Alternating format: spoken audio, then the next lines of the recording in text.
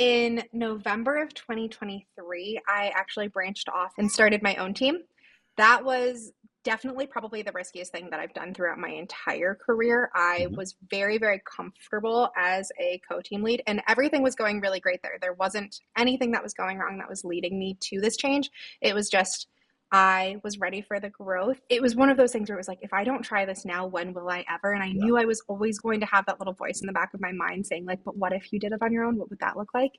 And so it was exactly 1 month after I got married. I got married in October, and then in November, I launched my own team. And so I crammed a lot of things all into once, and everyone was like, are you sure? And I was like, I just have to do it. I just have to do this and try it out. And I'm so incredibly grateful that I did. I think that that was one of the biggest like catalysts for growth for me. And it was everything that I wanted it to be. And I feel really confident as a solo team lead. So that was a big risk, but I'm very, very happy with how it went. Yeah, it sounds like you're also pretty comfortable being a little bit busy. So I'm sure that a little didn't bit. hurt. Welcome to America's Inner Circle, the podcast that dives deep into the stories, strategies, and secrets of the most successful real estate agents in the game. Whether you're an aspiring agent, a seasoned pro, or just love a good success story, you're in the right place. Each episode, we sit down with top agents who share their journey from the ground up, how they overcame challenges, seized opportunities, and made their mark in the competitive world of real estate. Ready to learn from the best? Let's unlock the keys to real estate success together. Here is your peek into the Inner Circle.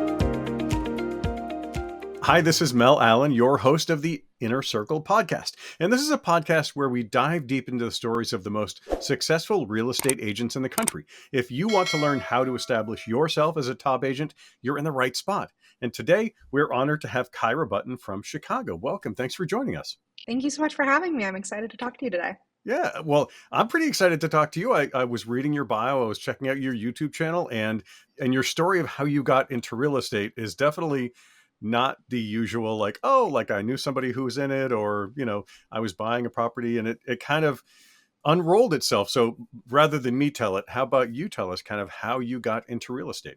Yeah, so I had started a YouTube channel in 2017. And at the time that I started, my YouTube channel was all about studio apartment living and small space tips. But in 2019, I moved to Chicago, and I really documented the entire process of me moving cross country with my boyfriend at the time, now husband. And we'd moved into a studio apartment together. And I started getting tons of comments and people reaching out to me asking where I was living, how I moved across country, what I recommend, what neighborhoods I recommend, what buildings I recommend. And I didn't know that being a leasing agent was an option for a job. And so in 2020, when the pandemic hit and the world started shutting down, I was like, okay, let me just get my leasing agent license. Even if I do 1 or 2 deals a month, this will be a fun little side gig. It will give me some income to be able to help while I just keep chugging along with YouTube.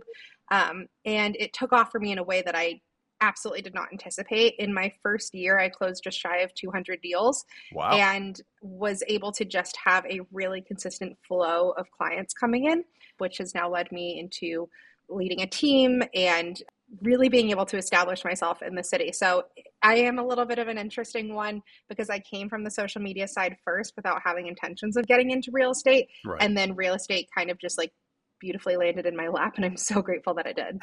And yeah, you do a lot of, like kind of teaching to folks who are looking for this. So if people really are interested in the whole process of moving or, establishing or all kinds of other stuff. I mean, I was scrolling and I'm like, there's a lot of content there. There is.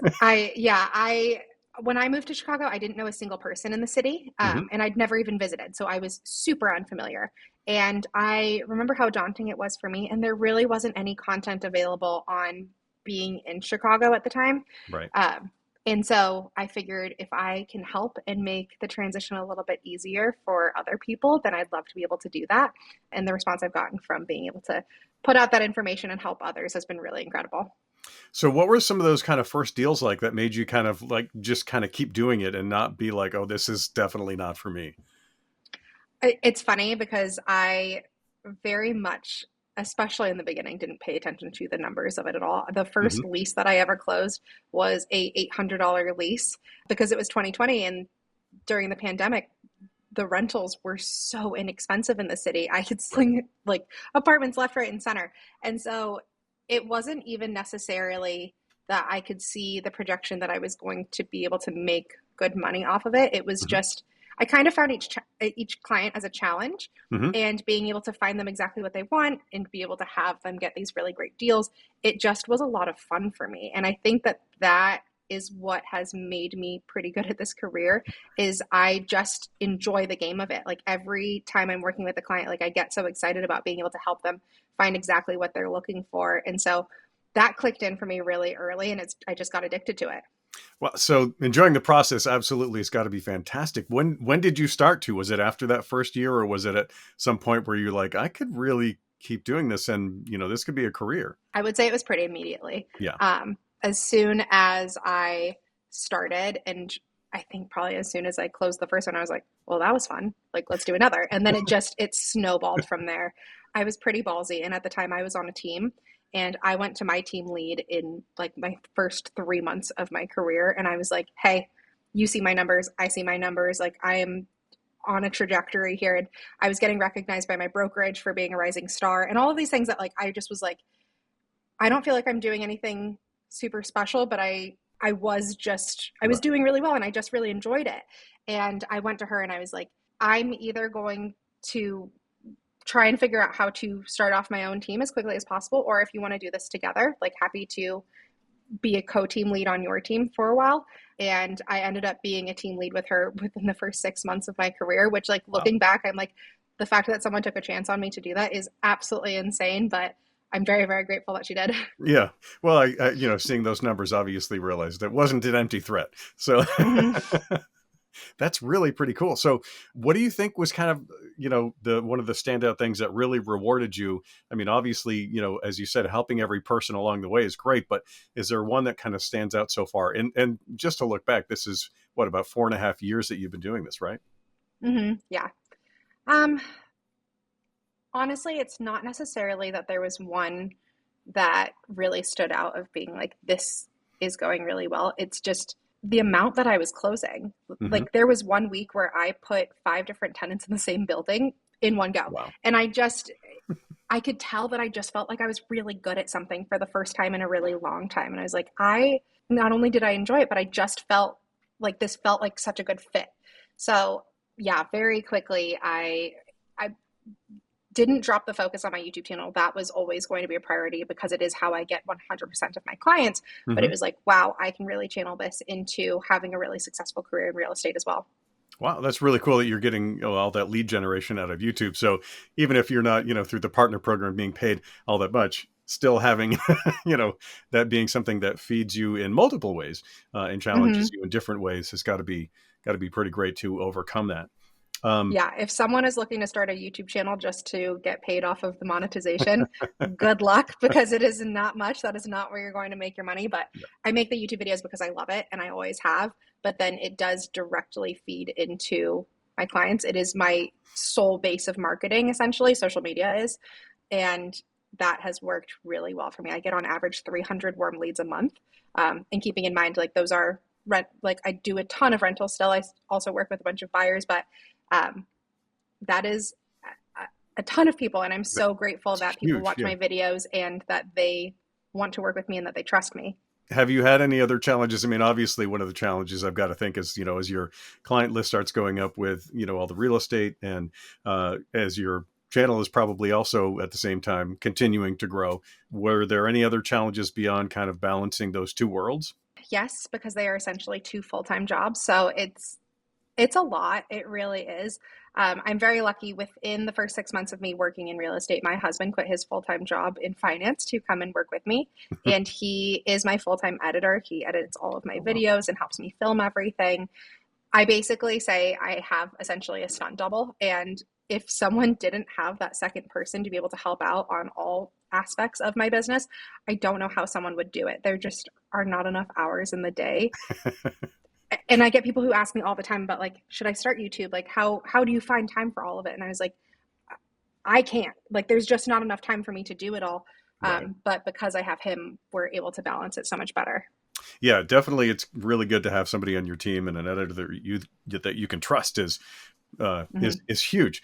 Now, Would you say that, other than obviously the start, has there ever been, another big risk that you've taken? I mean, you started, kind of not knowing what you're getting into.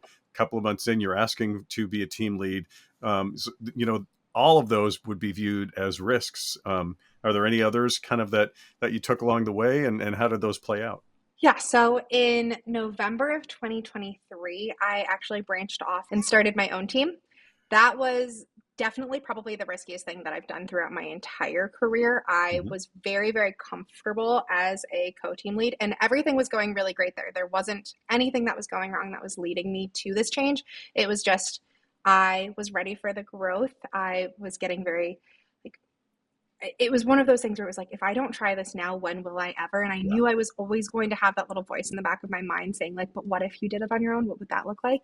And so it was exactly 1 month after I got married. I got married in October, and then in November, I launched my own team. And so I crammed a lot of things all into once, and everyone was like, are you sure? And I was like, I just have to do it. I just have to do this and try it out. And I'm so incredibly grateful that I did. I think that that was one of the biggest like catalysts for growth for me, and it was everything that I wanted it to be, and I feel really confident as a solo team lead. So that was a big risk, but I'm very, very happy with how it went. Yeah, it sounds like you're also pretty comfortable being a little bit busy. So I'm sure that A that little didn't bit. hurt.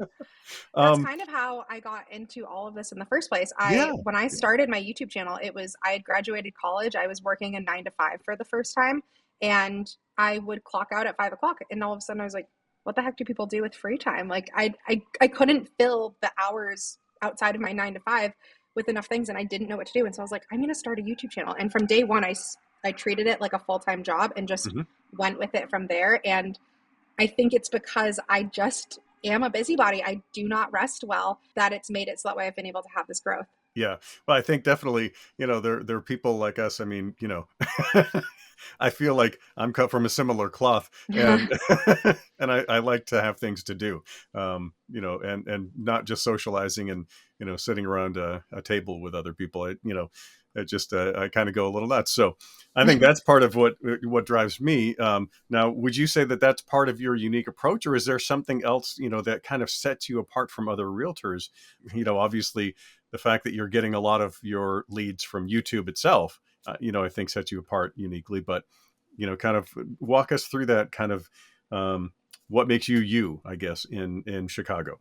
Yeah, I that's a good question. And I think I give this advice to other brokers all the time of the only thing that is going to truly set you apart from every other person, because there is always going to be somebody who's been in the industry longer than you, has better numbers than you, X, Y, and Z.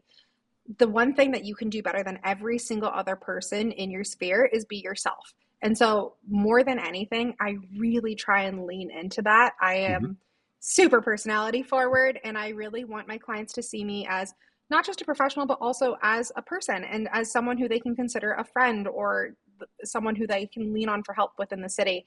And so, that's why on all of my social media, you can tell that I do real estate. It's going to be there, but it is not the forefront of what I'm posting. My personality is, because I want someone to come and see me and say, wow, I really want to work with her because I like who she is, Yeah. and not just want to work with me because of my numbers or anything. I think that in that case, that person is always going to want to shop around and look for others. But if I can truly build a connection and become friends with my clients, then they're not going to want to leave me. They're going to want to work with me year after year. Yeah, I think authenticity is undervalued by a lot of people, and it shows. And Yeah. and when people get when they know what they're getting, I think it also helps you to know you're getting in the right relationship as well with these clients. I would totally agree. And I think it's very hard in the world of real estate. There's so much advice that goes around of all of the different things that you can do to be a fantastic realtor.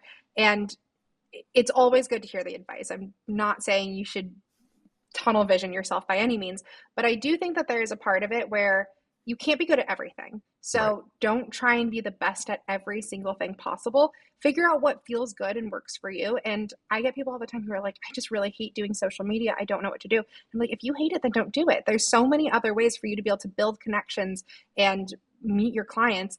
Find what feels good and authentic to you and lean into that. Because if you're hating showing your face and talking on social media, the people who are looking at your videos are going to tell that you aren't enjoying it, and they're not going to feel connected to you. So you don't need to be the best at everything. Just figure out what you enjoy and lean into that. So did you kind of more figure that out from being, so present in videos and on social media, or, from real estate, or was it kind of a combination of the two that, they both kind of helped each other for you to develop that belief in yourself, I guess? Probably a bit of a combination of the two, but mostly through YouTube or through social media in general. There is just something very freeing about being able to share like your truest, authentic self. All of a sudden, like all of the things that you'd be nervous about, like, oh, but what if someone made fun of me for this? It's like, well, I'm putting it out here anyway, so that one's on me. I think that when I started becoming a little bit more vulnerable on social media, that is when I really saw people start to feel like they were connecting with me more. And it just felt really freeing and it felt really good. And so I leaned into that more on both the social media and on the real estate side.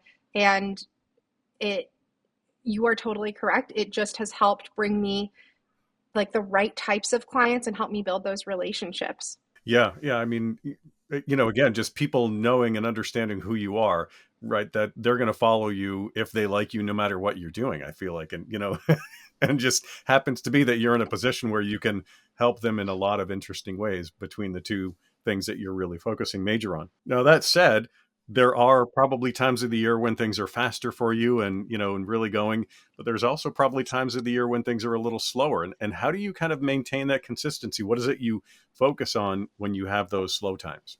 Because I do rentals and sales, we don't see the swings as much as I feel like other agents do. If people aren't buying, they're still renting. And it is a little bit slower here in wintertime than it is in summer.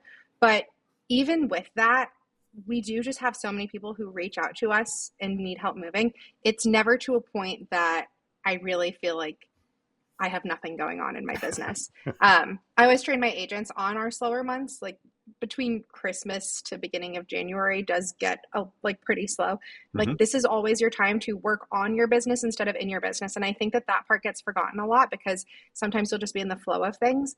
And I think it's really important to remember to do the more intentional little touch points, film some things for social media and have them batch created, write the handwritten cards that you've thought about writing forever that you haven't. Like there's just so much more that can be done. Clean up your CRM, but really focusing on if you don't have active clients in this moment, then there are still so many other things that you can do to keep pushing your business along.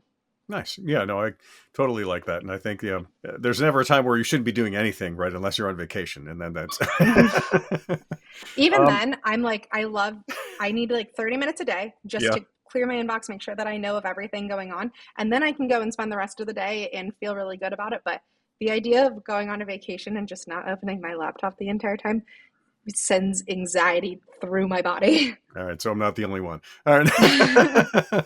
I've paid for vacations while I've been on vacation, which is really nice. What are some big changes that you've seen, since you've been doing this? It's been 4.5 years. You've obviously been through some stuff. What are some of the big changes and ones that you think maybe are more permanent? Our rental prices in the city have gone up insanely. And that's been kind of hard, to be totally honest, just because in the beginning, it would be tough for someone to come to me with a certain budget and me not be able to help them. And I really, like I said, I wasn't looking at the numbers of it, of how much was I getting paid. It was just, can I help somebody find something that they want? And like, I just saw it as like deals closed. Our pricing has gone up so much in the city that there's often where someone will reach out and want my help. And I'm like, I just don't have anything that exists within that bracket. And that I don't love. And I wish I could still help them. But I think people are seeing that everywhere. The other part is just naturally, I've had so many people who I've helped with on rentals that now are looking to buy. And being able to transition my business in a very natural way into sales has been really, really fun. So I do enjoy that bit a lot. Yeah. And I feel like, a lot of people go in a cycle where you might, in another 5 years, have people who are coming back and they're looking to, sell and move again. So yeah, exactly. That is the hope. Yeah, it's a nice thing when you really maintain these relationships, I think. I was going to ask about any future trends that you're seeing, and kind of where you are seeing maybe where those are happening. It's interesting because since I started in 2020 and I didn't get my broker's license until 2022, this somewhat current market that we're seeing is really all that I know. And so Right. it's been really interesting for me to talk to other brokers and hear them say how hard everything is right now in comparison and how they wish it was 2016, 2017, 2018 again. And for me, I'm like, oh, I'm kind of doing okay right now, and I don't know what it was like before. So I feel like I'm getting this really Right. good crash course in the current market, and I'm excited to see how things change. But I'll be the first to tell you, I cannot predict what's going on. Everything in the city, like I'm taking it all in stride. And I think that's fair. Absolutely fair. And yeah, it is interesting because your career has been staggered so far in those 4 years. There have been a lot of changes that you've made. So I appreciate the honesty with that. You know, look back at when you were starting this. What are some things that you kind of wish you had done, maybe had known when you were starting? Would you have done anything differently? Little bit of a backwards answer to that, but I think one of the best things that I did very early on was outsource really quickly the things that I Hmm. wasn't good at. So I lead a team of agents. I have 8 agents on my team, and I think that's one of the things that I watch them struggle with the most is focus in on the things that you are really, really, really good at and outsource anything that will be able to save you more time or you're able to put that time into clients and building your business more. I am very grateful. I don't necessarily have the analytic side of things down great. My husband really does. And so he was very quick to help me with the actual like building blocks of my business in the early days of being like, Hmm. these are the things that we've got to get off your plate and have somebody else do. So that way you can focus in on what you're good at, which is the people facing side of things. So I think that's, if someone hadn't taught that to me, I think I would have really struggled there. Have you found some good places that are good, learning resources for yourself as you've kind of come up in the past 4.5 years? Vast majority of my learning has been done like trial by error, but really I lean into speaking to peers and mentors as much as possible. Hmm. I'm super grateful for the community that I've built in real estate. It's one of those things where I feel like some people see real estate as super competitive, and it's interesting because at least for me in a big city, there's so much opportunity here. There's so many people, there's so much real estate, there's so many rentals and sales that I'm like, we can all have wonderful, beautiful careers here and we don't need to be competitive.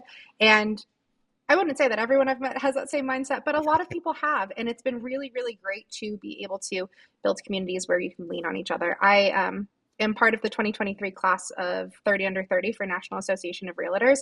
And that has been something that has hugely affected my career in ways that I didn't anticipate because I've built such amazing connections with Yeah. top agents from all over the country. I know a bunch of them have been on this podcast before, and being able to learn from them has been one of the best things that's happened to my career. Yeah. And great ideas and usually being shared, freely with anybody who Mm-hmm. will come and talk to them. And so I've got to say it is a really great group of people from my own experience in talking to them, and anybody who's not paying attention to them should be. So you've already talked a couple of things that you've done to scale yours. I mean, getting the team, outsourcing some of the thing. Are there any other things that people who are looking to scale, could kind of do beyond just those two, or those, basically what you did that made it successful in scaling? Specifically for new agents, when speaking to new agents, I always describe it to them as in your first year or two, depending on how things are going, you really have to look at it as like a mentorship. You're probably not going to make that much money. You are going to be putting your head down and grinding, and it's going to just feel like you don't know when the light at the end of the tunnel is coming. And then all of a sudden, your snowball's just going to start rolling, and it will work. Like there is no way that you can really put all of your effort into having a real estate career and not have it work if you are truly trying your best. I think a lot of people forget about that. And so Yeah. when speaking to these new agents, I'm like, your first couple of years, like just get prepared for the grind. I feel like I blacked out for a good chunk of like my first year in real estate. If you look back at my calendar, I was taking like up to 25 client calls a day, which is actually insane to look at. There's like 5-minute chunks in there Wow. in between where I would go and like grab a drink of water, like shove some food in my mouth, and then I'd sit back down and do back to back client calls for the rest of the day. And I was working 18-hour days a lot of the time. Granted, it was 2020, so I just didn't have a lot else to do. But I Right. think because I really focused in so hard in those first 2 years, it put me on a trajectory that was able to get my career to where it was today. I do not think that real estate is something that you can do as a part-time job if you really want to see growth. And if it wasn't for me have like truly grinded as hard as I did in the beginning, I wouldn't have been able to gain the freedom that I have now. Do you do a lot of, time blocking in your schedule, and, and how do you manage all of those things that you have to do that have to get done? I very much treat the job like it is a salaried office job. So I am up and at my computer every morning by 8:30 answering all of my emails. Like no email in my inbox does not get touched within a 24-hour basis easily. And then I think one thing that helps kind of set me apart or just keeps the ball rolling really well is I am working like basically 24/7, but not necessarily like sat down completely dialed in, but while I'm riding the bus to something, I will be on my phone, either posting on social media or responding to emails or texting and following up with clients. It just is constant. Like I'm never fully clocked out, which does give me so much freedom, but it also just keeps that ball rolling really well. And I've got to say that, the fact that you don't let your emails and that communication linger must really be something that your clients obviously really respect, that they know they're going to hear back from you pretty darn quickly. Well, I know what it felt like when I was moving and we purchased our place. Like I know what it feels like to be waiting on somebody and just that anxiousness that comes with home buying. I think one of the things that makes me so passionate about this is I've been in situations where I didn't feel at peace with my home. And then I, on the flip side, know what it feels like to have that safe space and be able to come home and be like, oh, this is mine. Like, this is so good. I just moved to the city. Everything feels chaotic, but at least I have my home and it's my little like sanctuary here. And so when people don't have that, they get so anxious, and I totally understand it. Like I'm very empathetic. And so my heart goes out to them, and I would never want to leave somebody hanging or them think that I'm not doing the best that I can for them. And so communication to me is number one. If your clients don't know what's going on and you're leaving them in the dark, that's when they're going to leave. But even if you don't have an answer yet, if you remind them that you're working on it and you are doing the best you can for them, they are going to respect you for that. 100% agree. Yep. That people love to hear, hey, you're still in my thoughts. I'm still thinking about this. I'm still pushing it along. And that pays off in spades, regardless of what you're doing. And now you again, going at this from the, the YouTube angle, where you were doing YouTube and then you got into real estate, you probably had already built kind of a brand view for yourself before you came into real estate. How did you, kind of modify that? How did you build your brand as far as real estate goes? It was a really, really natural progression because my YouTube channel was very much centered around apartments before I even was in real estate and small space living and tips for small space living and tips about being in Chicago. The progression of adding more real estate into it was very natural. It kind of already fit exactly what my brand was that I'd built, with zero intentions of having that end up in a real estate career. So I just try and listen as much as I can to what do my clients like, what are they gravitating towards, and lean into that while just also just creating content that I enjoy and I think that other people would enjoy as well. Have you ever had a time when, you can remember a situation that didn't go as planned? I've had people say, well, they showed up to a place and somebody else was living there. There was, they show up to a place and the person's coming out saying like, I think this place is haunted. Is there any kind of story like that you recall from, going into a place and it was kind of unexpected? Oh, always. I think being in real estate, you have to be quick on your toes. I think that I always love people who have worked in restaurants before, because I feel like there is just something about that like fast pace and like being able to be quick on your toes sort of mentality that translates really well into real estate. But yeah, I have toured places that have been occupied units that have been so horribly trashed that I cannot believe that someone would let us enter into there. I've had lock boxes empty without keys in them. You name it. I decently often I show up at buildings, they're like, we don't have you on the schedule. And I'm like, no, you do. And I have email proof of it. It's just all like, there's constantly new situations that arise. Every single one is different. It's what I love about this job is no day is ever the same. But I think just being quick on your toes, being very polite through whatever situation there is, and also just being empathetic to your client's time. And I will never try and force somebody. If they don't like it, I will be there and like hear them out on it 100% and be like, not a problem. We will go and find you something you do like. And so I'm never trying to force someone's opinion, but hearing them and hearing their thoughts and their concerns and just being able to roll with the punches of the job because you truly never know what you're going to get. So you've probably had, with all of these challenges and unexpected things happen, is there a moment that kind of stands out as one that you were able to kind of turn around and spin around and into something that makes you really kind of proud, like that you were able to pull it off? I think for me, because we're always looking at least a few different options. It's never a situation of like it needed to be this one, so I didn't necessarily have Right. to spin it so much. One that pops into mind is I took a client to a showing, and it was in a professionally managed building, and usually these are beautiful clean units, like great experience. You're able to look at exactly what kind of thing they'd be looking for. And they must have had a tenant that left on very bad terms, because when I tell you this unit was trashed, I've never seen anything like it. Like there was mirrors broken on the ground. They had No. taken like, I don't know if it was a juice or a soda, had spilled like this red purple like sticky substance everywhere. It was just absolutely filthy. I like to this day I'm like, who told me I should go in there, because that was a bad idea. But I think it's just important to have the conversation then. And so I was telling my client, and I was like, this isn't what this is going to look like when you're here. I'm sorry that we're seeing this one. This is not a very good example, but we're going to go look at a different unit that will be nicely cleaned and everything in this building. And this is not the norm. When you get this unit, you're going to move in and it's going to feel brand new and like you won't notice it. And I honestly don't remember where she ended up renting. It could have been at that building. I have no idea. But regardless, I think it's just hearing the concerns and being able to like carry on in a positive manner from there. But you can't ignore the facts. Like if you're standing in something like that, me just trying to gloss over it and be like, so here's the walk-in closet is not going to work. Like you very much Yeah. have to acknowledge it.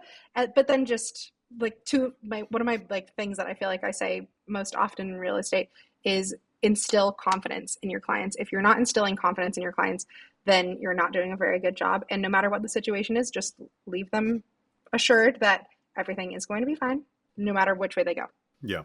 Well, I think the fact that you're reacting, in a very human, very relatable kind of way, had to have helped. And then quickly we're like, okay, well, let's move on.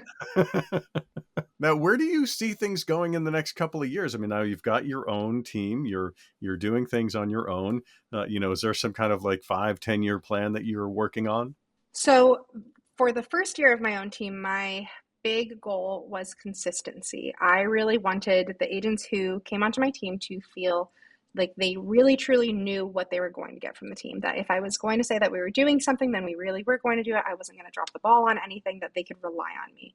I think we did a very good job of that in the first year. I'm really, really proud of the results. And so now moving forward, my second goal is growth.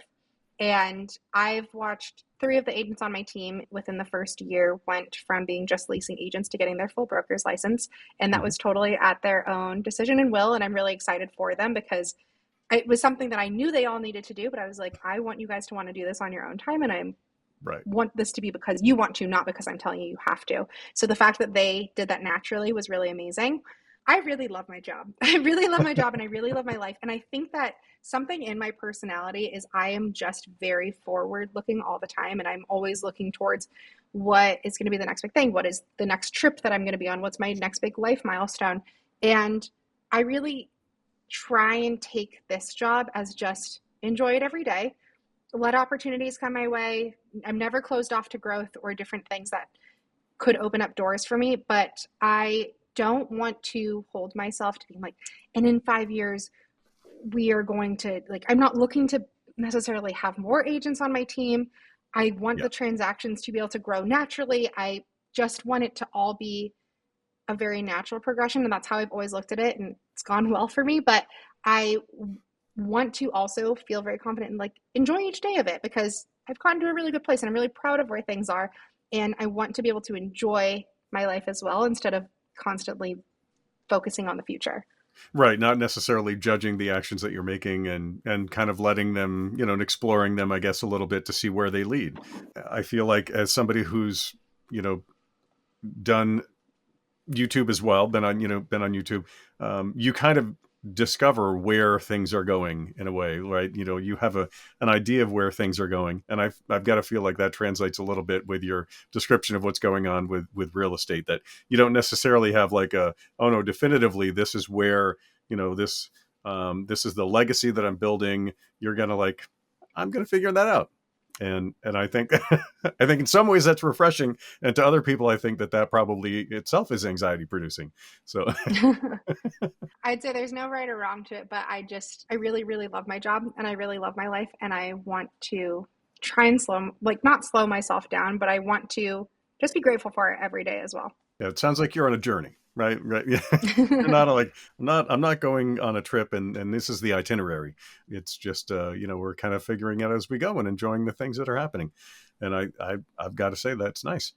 If you weren't doing this, if you weren't, doing what you're doing now, have you ever thought of, what life would be for you? What would you be doing? Oh, I have no idea. I have thought about this and I have no idea. My life could have ended up in so many different ways. My husband's previous job in finance, and just, it was very possible that we would have never moved to Chicago. Mm-hmm. My life could have ended up in so many different ways. And it is really wild to me that this is the outcome, because I think this is truly best case scenario. And I got asked the other day, if I had won the lottery and I just had endless amounts of money, what would I want to do with that? And I was like, oh, this sounds so silly, but I would want to do exactly what I'm doing today. I would still just want to create videos and share my life with others and be able to build that community. And then if people are asking me for help in finding where they want to live, I want to be able to help them out too, because I love it. Yeah. If someone said you can no longer do real estate or YouTube, figure it out, I have no idea. I would not be it would not be a fun outcome for me. I'd figure it out. I'd think on my toes and come up with something, but there's nothing that excites me as much as what I do every day. Nice. Yeah. Well, I mean, that's a really good sign that you're doing the right thing then, not that you need me to tell you that. Obviously there's, that you feel it, you believe it yourself. And I think that that's probably more important than anybody else's opinion. What's now, and this is again, because you are, out there, I think more than a lot of people are, but are there some fun things about you, a fun fact that people don't know that maybe they should know about you? I love cooking. That's probably pretty good sizable one. That's like my favorite activity, hobby, whatever you want to call it, ever. Just number one, I love eating, but number two, it's one of the very few activities where both of my hands are busy, so I can't also be answering my emails at the same exact time. But I love the process of taking a bunch of things and then turning it into something else and getting really inventive with it. And my poor sweet husband, there's probably quite a few meals that I make that are a little bit of a swing and a miss, but it's like, that's something that feeding others is my love language. This last year started a cookbook club where once a month I have a bunch of my girlfriends come over and we each make a different dish out of a cookbook. And it is one of my favorite things I've ever done. It's so much fun. But yeah, that is one of my favorite things to do. Yeah, I've experimented with 3 recipes so far this week. So yeah, we'll see. We'll see what happens the rest of the week. So I definitely understand Very that love cool. language is feeding other people. So yeah, it's something I absolutely get a lot of joy out of myself. So I completely identify with you on that. All right, well, let's go back to somebody says, hey, you won, all this money, $10 million, and you can go, live anywhere, do anything, be anywhere in the world that you want to be, kind of like a dream home situation. Where would you be? Where would that dream home be located? Oh, I would be right here in Chicago. I love Chicago so much. I'm not born and raised here. I'm from San Francisco originally, and I moved to Arizona for college and then lived there a few years afterwards. And I moved to Chicago thinking this would be fun for like a year or two and we'll kind of see what happens. It's been 6 years. I am addicted to the city. I just think it like breathes such an energy into me that I've never had before. And I love being like, I'm grateful to live here every single day. I will say, if I had that much money, would it be nice to be able to snowbird and get out of here for like January, February, March? Absolutely. Winter is killing me softly a little bit this year. But overall, I truly think that there is nowhere on this earth that I would rather be. I am very surprised by this for myself. I love traveling. I went to school for global studies. I thought that I was going to live abroad and travel nonstop for the rest of my life. And I just love it here so much that every time I go somewhere else, I'm like, love it. This is great. Love visiting. So excited to go home to Chicago. You've made it your home. So like you said, there's nothing like having a home to go back to.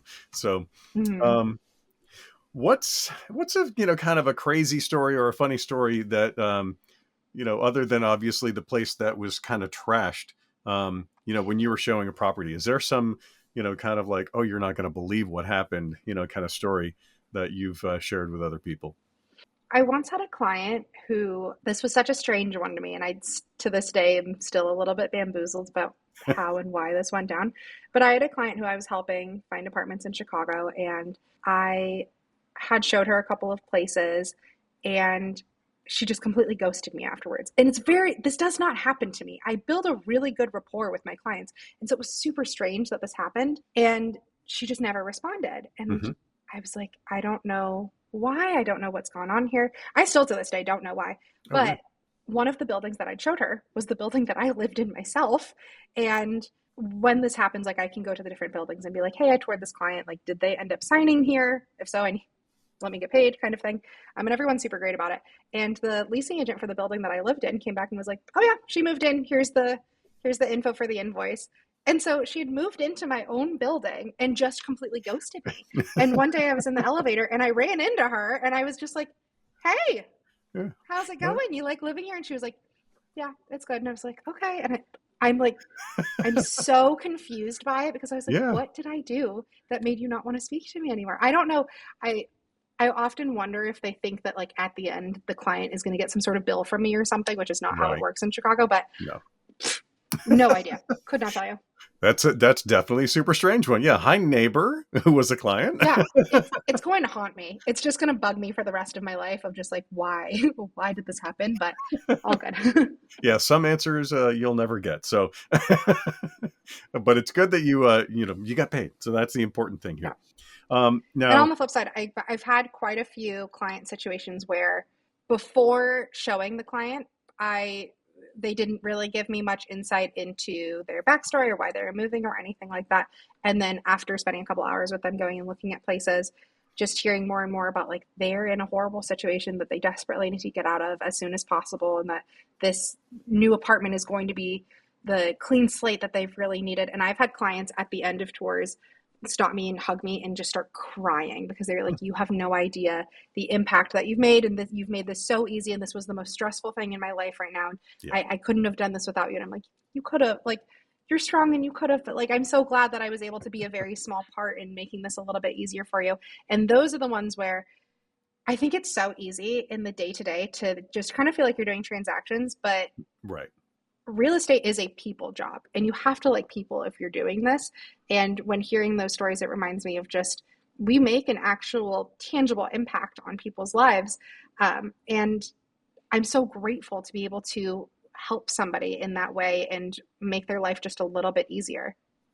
Yeah, I think, you see people at the best and worst parts of their lives, right? So, Mm-hmm. and there's a lot of emotion I think that comes out of that, and to just kind of ignore that, that would be a very cold person. I can't even imagine. Yeah. So, I'm glad that you're not, and that that you're responding to people with that emotion when they need it. Honestly.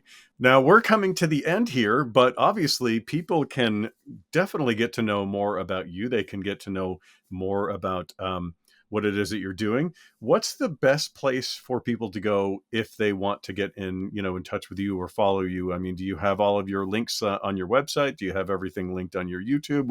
Where is the one spot that you normally direct people to go? YouTube or Instagram. My handle is Kyra Button on both, and I have all of my links in description boxes and bios on both of those. So that is the easiest way to be able to get in touch with me. And I feel like there's definitely a lot of people who are going to, you know, pick up on a lot of great information from you today, and probably follow you in those places and pick up a lot of more information. So we'll be sure to make sure that we tag all of those, because we have your website, your YouTube, your Instagram, I know. So we'll make sure to tag you and just ask that when this episode comes out, share again with your crowd. And maybe if there's somebody who is looking for, something in San Francisco, or maybe they're looking for something in Texas, and maybe we've got somebody that we can connect them with, and that would be fantastic to share that with them. Absolutely. community and collaboration always. Right. Yeah, we're not, you're not competing. As you said, it's, there's room for everybody in this. But Kyra, thank you so much for joining us. That is going to wrap up. It's always amazing how quickly the time goes, because I'm just hearing all of these great stories from you. But that's going to wrap up this episode of the Inner Circle podcast. And I hope that everybody found some great enlightening takeaways on how to take their real estate career to the next level, or to just kind of launch it. Thanks again for tuning in. You can find us on Spotify, iTunes, YouTube, and Instagram at America's Inner Circle. Again, thank you very much for joining us, Kyra Button, and we'll see everybody again next time. Thank you so much for having me.